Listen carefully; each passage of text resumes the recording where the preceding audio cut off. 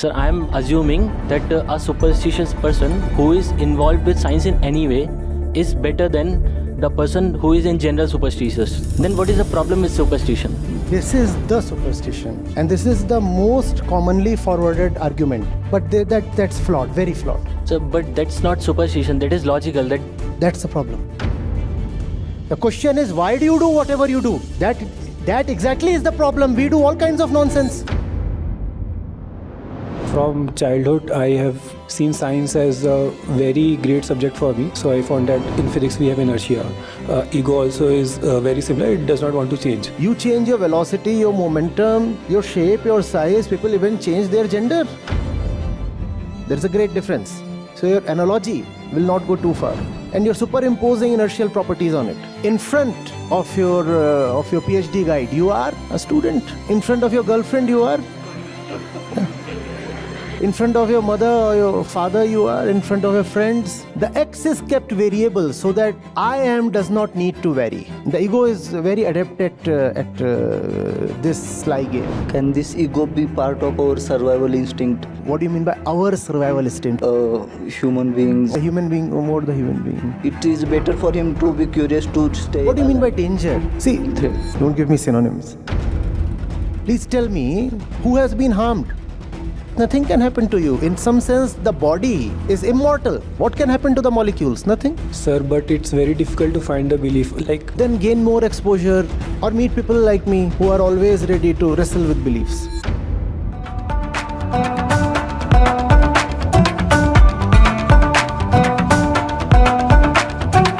एक बार और ट्राई करिए, don't give up.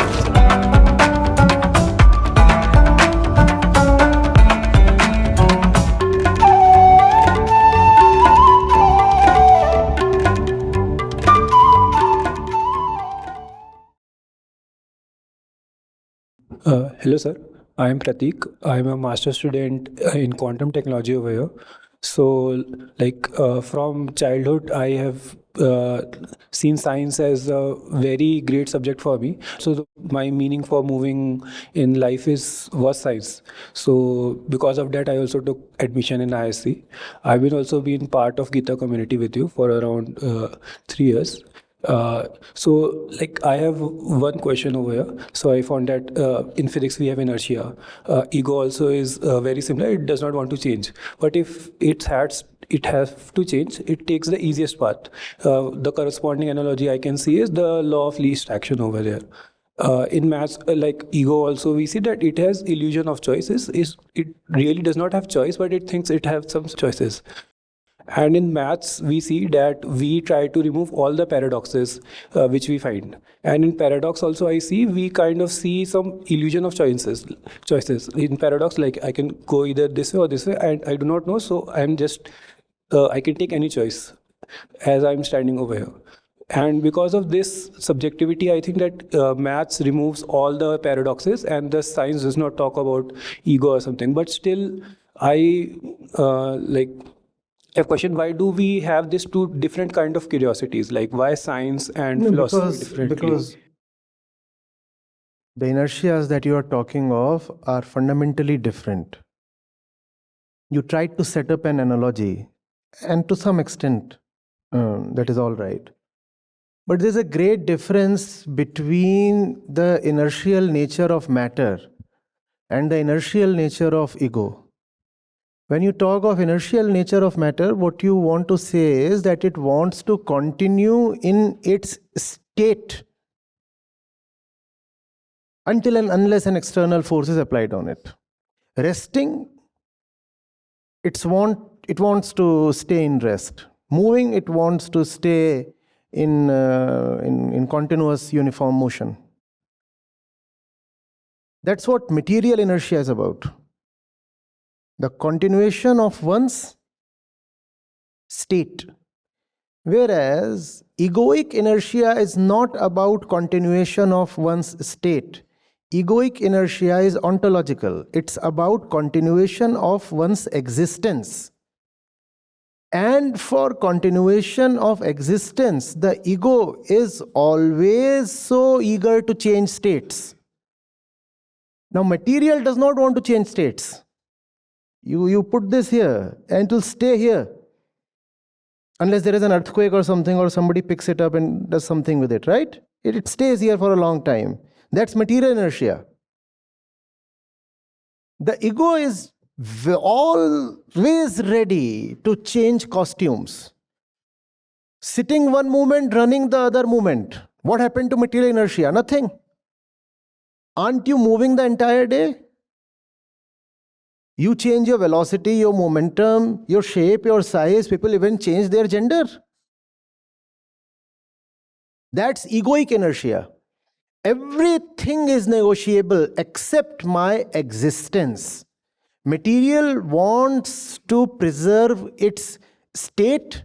The ego wants to preserve its being. There is a great difference. So your analogy will not go too far. Sir, then why do we say, like, in what sense then we say that Jad is Chetan and like ego and material are the same? In the sense that the ego thinks of itself as something separate from material. But the ego is nothing but another form of material. The ego is nothing but a property of material. The ego is nothing but an output of a particular configuration of material. In that sense, it is said that that which you call as Chetan, which is conscious, is not really different from Jad. In that sense, it is said by philosophers. That does not mean that the ego itself is material. What you're doing is, you are postulating the ego as some kind of material particle. Right? And you're superimposing inertial properties on it. Which is fine, but not so fine. Sir, actually I was trying to, like, ego has some tendencies, so I was just trying to see how the axiom of physics or science which we have are... The fundamental tendency is existence itself. The fundamental tendency is aham vritti, which simply says, I am. It does not say, I'm stable, or I'm moving, or the vector points that way. It simply says, I am. And after I am, it very happily, very deliberately leaves a blank. What's the blank for? The blank is for the sake of existential flexibility.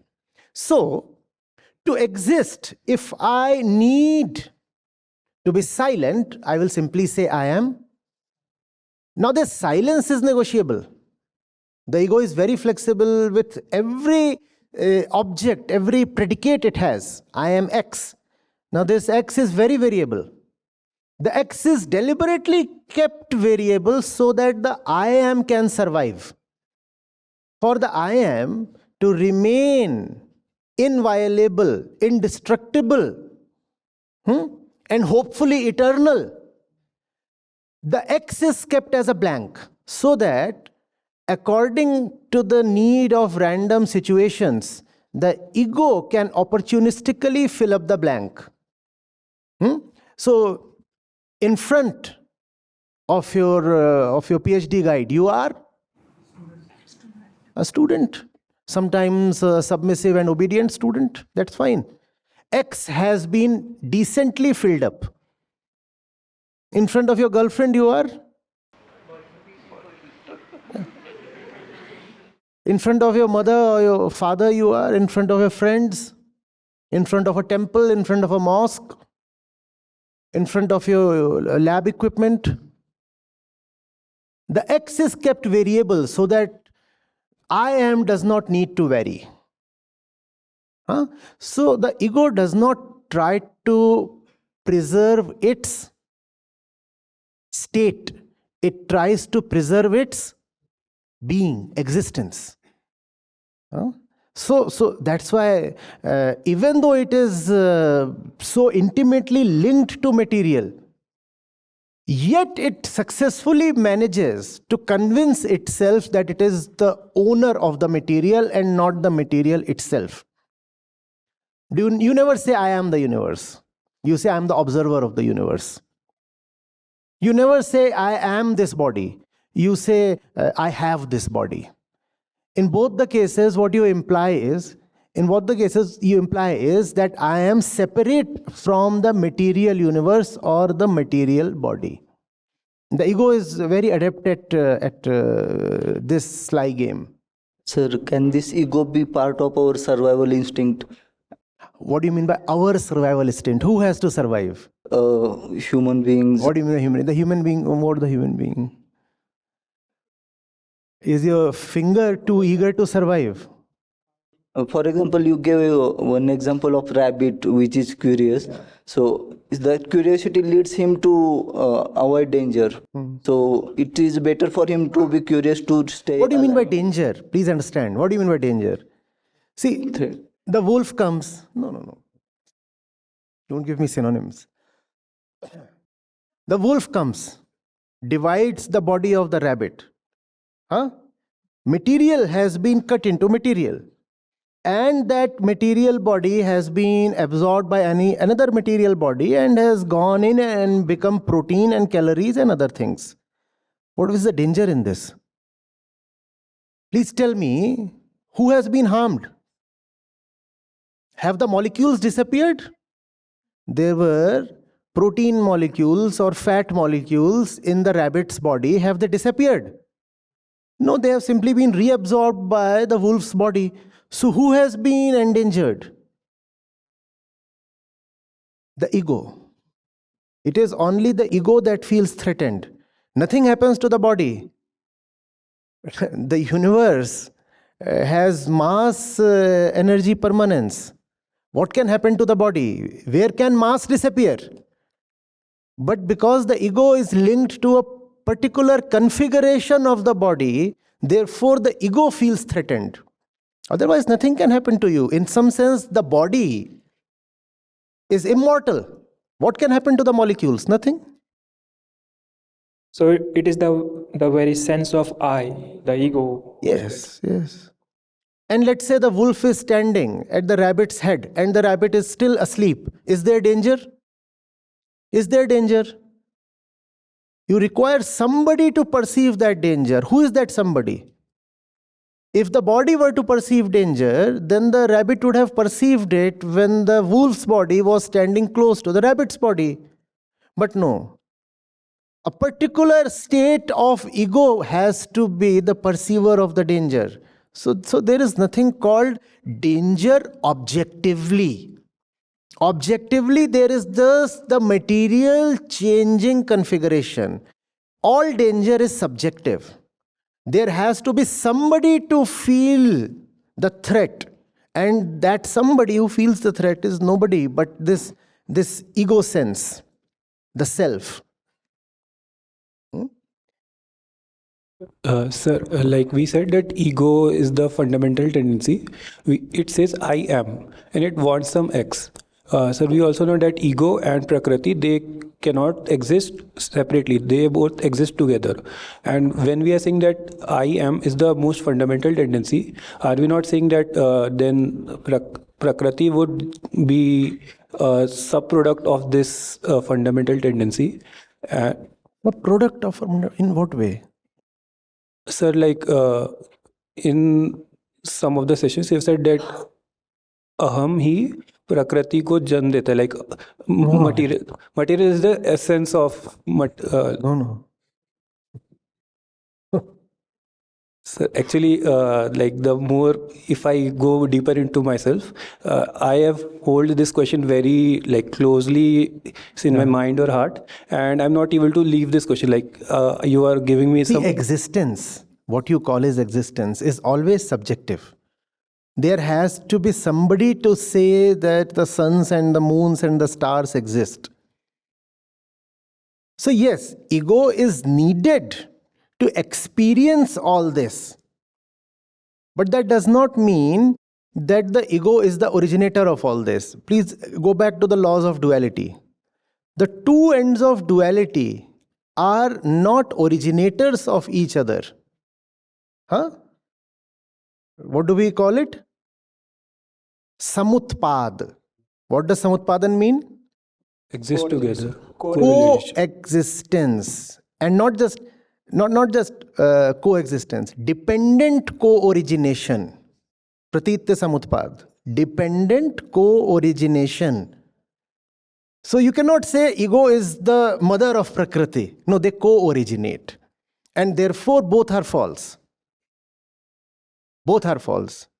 Because that one cannot exist without this one. And this one cannot exist without that one. And this feeling that both are real. I am real and this universe is real. I am real and the creator of this universe is real. This feeling is all human suffering.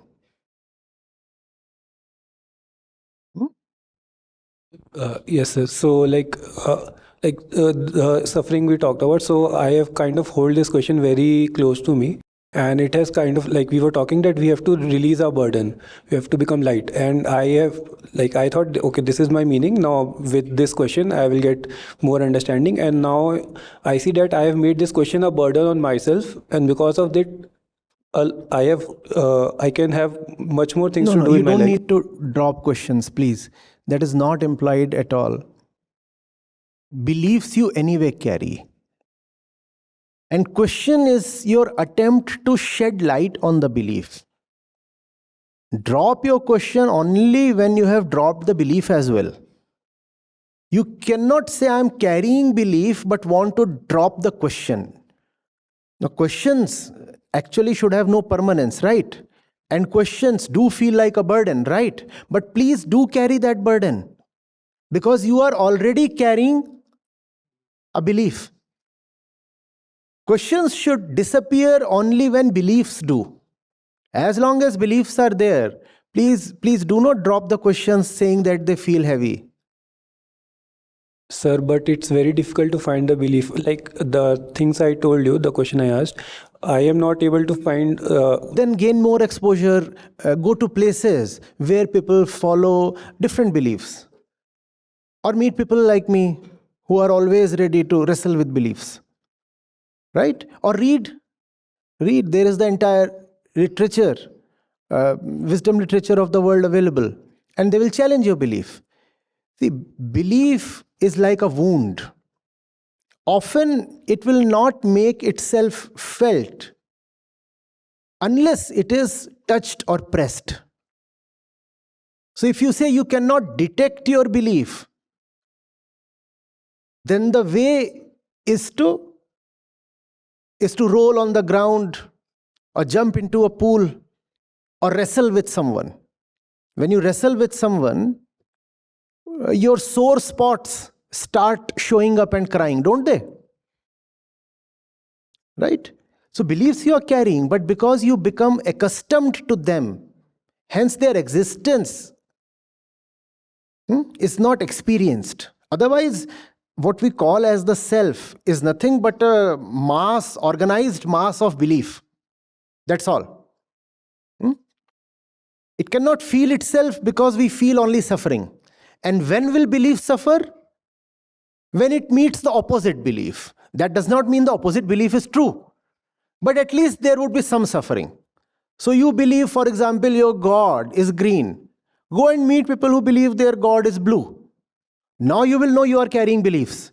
Because as long as you are with people who all feel that God is green, your beliefs will not pain. Because everybody believes God is green. So you must travel. So you must read. So you must talk. Especially with those who do not carry the same cultural baggage. And then they will insist with equal force that God is blue. And then your beliefs will hurt. And then you will know, yes, I am carrying belief. Yes, sir. So with your permission, can we take questions from the audience now? Are we done with this? This is pretty intense so far. So myself Somendra, and currently I'm Tech second year student. Sir, I have this question regarding superstitions. So, sir, before the question, I am assuming that a superstitious person who is involved with science in any way is better than the person who is ordinary doing superstition. Come again, what's the comparison? Sir, I am assuming that a superstitious person who is involved with science in any way is better than the person who is in general superstitious. Superstitious are also unscientific. Yeah, can be said. So now the question is, like, if me being a student of science, if I'm involved in superstition, and that superstition is giving me a sense of belief, and that belief is helping me in pushing me harder and harder to do good and well in life in the way which you say, or Vedanta, or whatever the norms are, as not as per the society but as per the thing that we actually do, then what is the problem with superstition? This is the superstition that arising from a point of ignorance or belief or superstition, you can still do something good in life. And this is the most commonly forwarded argument, that by being superstitious, we are actually able to do some good things in life. We are able to have courage, we are able to have faith, we are able to stand through tough times. That's what people usually say. But that's flawed, very So, flawed. like an example, when I go to lab, I do my research and all thing, and after that, one of the panelists also mentioned about this. So then, when I come out from the lab and go and play sports or do music or whatever I do, then in those things, if there are some aspects where I do, like before playing, I chant for 5 minutes, and then so that I can gather my mind in this game and do well. So that actually helped me. So if I am doing that, then what is the problem with this? The problem with this is that if at all it helps you, let's say it does, because the mind being a machine, there can be efficiency improvement measures, and for the time I'm accepting, let's say, that chanting does help you become more efficient and focused at what we are doing. The problem with that is that you will become more efficient and focused at whatever you are doing. Yeah, whatever might not be possible. And whatever you are doing is very dangerous. Yeah. There are people who have used these kinds of practices, neuro-linguistic methods, tricks, and techniques for all kinds of obnoxious purposes. In fact, let me say, all these things, the entire range, starting from self-help, self-improvement, to programming the mind, to doing this, even including chanting also, all these things are used mostly in the service of the ego. I want to be a better negotiator, so I will enter the negotiation hall after 5 minutes of meditation. And what is the negotiation about? Furthering my greed. Furthering my greed. Even in war zones where outright butchery is happening, soldiers are often given, not just these what you are saying are mental methods. Even physical methods exist. There are pills that are given. There is this name of the pill that was given to the German soldiers. The name starts with M. So it helped them stay concentrated, feel blissful, and also stay awake for long periods, and also go without food. Now this sounds almost yogic, does it not? But what was all that for? Go and butcher the Jews. So, but that's not superstition. That is logical. That is biological. No, that is superstition, because whatever comes to the service of the ego is superstition. Mind you, ego is the fundamental superstition, and anything that assists the ego is superstitious. You are saying good things. Now that goodness itself is being defined by the ego, you are saying, I use this so-called spiritual practice, and that enables me to do better in whatever I am doing. Right? Whatever you are doing is being decided by the ego. So basically your spiritual practice is in service of the Ego. That's the problem. Yeah. Thank you. Thank you, sir. Be very cautious when it is said that by using this spiritual method, you will become good at whatever you do. Because whatever you do, that whateverness is your hell. The question is, why do you do whatever you do? That exactly is the problem. We do all kinds of nonsense. And then that Baba comes and says, I will make you better at whatever you do. And we like that. Okay, fine. Gita for corporate productivity. This is evil. This is evil. And sir, it's not because of some Baba. I myself We figured do it not out. know where it comes from. Wait. Maybe you didn't directly hear it from some Baba. See, that's the power of cultural conditioning. You need not hear it from a particular mouth. You need not read it from a particular book. The lady, what she is saying, is coming straight away from some of the Smriti books. Have you ever read? She has not read, but she is verbatim reiterating those things. She has never read them. That's the power of cultural conditioning. The whole thing then penetrates the air. Even without your knowledge, the influence penetrates you. So you may say, no, I have not heard it from somebody. De facto, you have. Yeah, maybe indirectly. Indirectly, yes. Thank you, sir.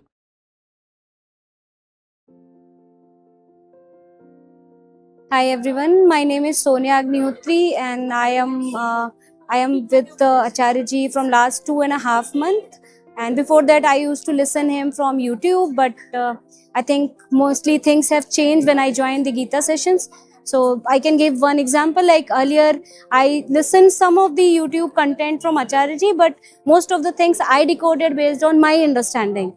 So based on that, I took some bad decisions of my life. I would say it's a really big decision that one should not take, but still, after some time when I got to know about the Gita session and I joined that, then I got some clarity. I understood like what we do is we got the content and we mixed up with our own understanding or our own greed as well. So let's say if I want to get married, I see Acharya's video and interpret it in some other way. So this is some thing I got to know after joining the session. So for me, the most important part is it's good you listen to him from YouTube, from any other source, but sessions are the most biggest blessings for all of us. So now I am out of many of the things. Still many things are going in the background that I cannot share as of now, but I would say I am handling everything very smoothly. I am working professional, my whole family, my parents, my brother, my sister and his wife and even a small baby. She is also a member. We came here today. So we all are vegan. We changed our lifestyle. We are more focused towards health. My mother was she had many, like she's a twice cancer survivor. But today she was here. She saw Acharya Ji. She got so much strength. Right now she is doing yoga, everything. So we are working on ourselves. We try, one should try at least listen to him with open mind, because this is the most important part. If you don't listen him open mind, then you might interpret anything. But I found the most karuna, the Acharya Ji say all the time, this prem and karuna, we can just feel from his words and everything, whatever he does. So today I got a chance. First time I'm volunteering for this event also. So it was very beautiful journey. I wish I will continue this. Thanks.